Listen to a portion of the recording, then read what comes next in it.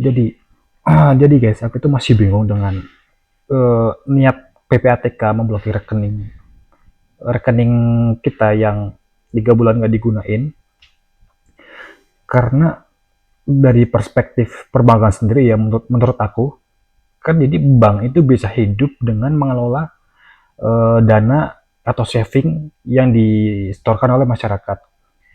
Saving itu buat investasi, untuk mungkin kredit, apa pembiayaan kredit untuk proyek apa yang menghasilkan laba. Dan ketika perbankan udah nggak bisa gunain dana sekitar 400 miliar dari total rekening yang disebut oleh PPATK yang katanya nganggur itu, perbankan jadi nggak liquid gitu loh. Maksudnya itu gini, ketika nasabah misal katakanlah ada satu rekening yang diblokir, itu saldonya misal 100 miliar.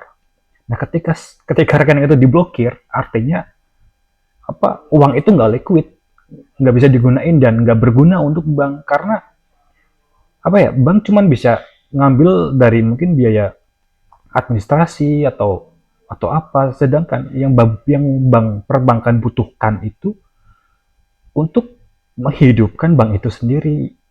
Uang kita, saving kita di bank digunain untuk investasi, untuk pemberian kredit, dan laba atau hasil dari investasi itu digunakan untuk operasional bank, bayar gaji pegawai, terus mungkin bayar tagihan apa, terus renovasi apa itu loh. Dan ketika perbankan udah nggak bisa apa mengliquidkan dana yang diblokir itu, artinya perbankan juga ikut dirugikan oleh PPATK. Dan anehnya, kenapa sampai sekarang saya belum baca opini atau perspektif dari perbankan itu sendiri dalam menyikapi polemik pemblokiran rekening oleh PPATK.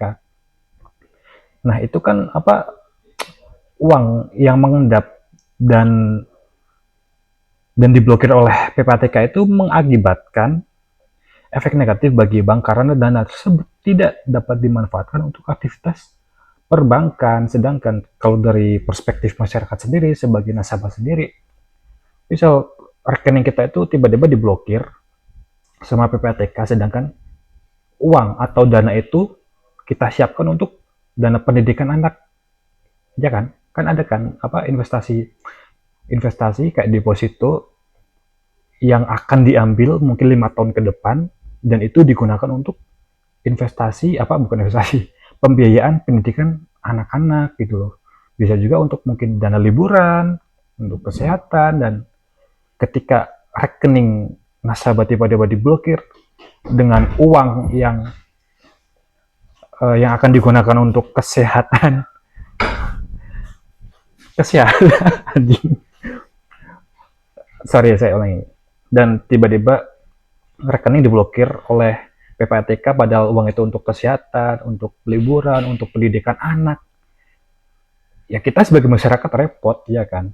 Repot dong. Nah, makanya nih pemerintah itu, khususnya PPATK itu, ketika membuat kebijakan pemblokiran ini tuh udah mengkaji apa belum, udah dianalisa apa belum, dampaknya apa aja dari segi ekonomi, politik, sosial, dan lain-lain, itu udah dikaji semua apa belum. Dan kalau eh, nggak ada kajian yang spesifik, yang ilmiah tentang kebijakan ini, ya pantas aja kalau Indonesia itu ya gini-gini doang, nggak bakalan bisa maju, nggak, ya stuck aja gitu loh.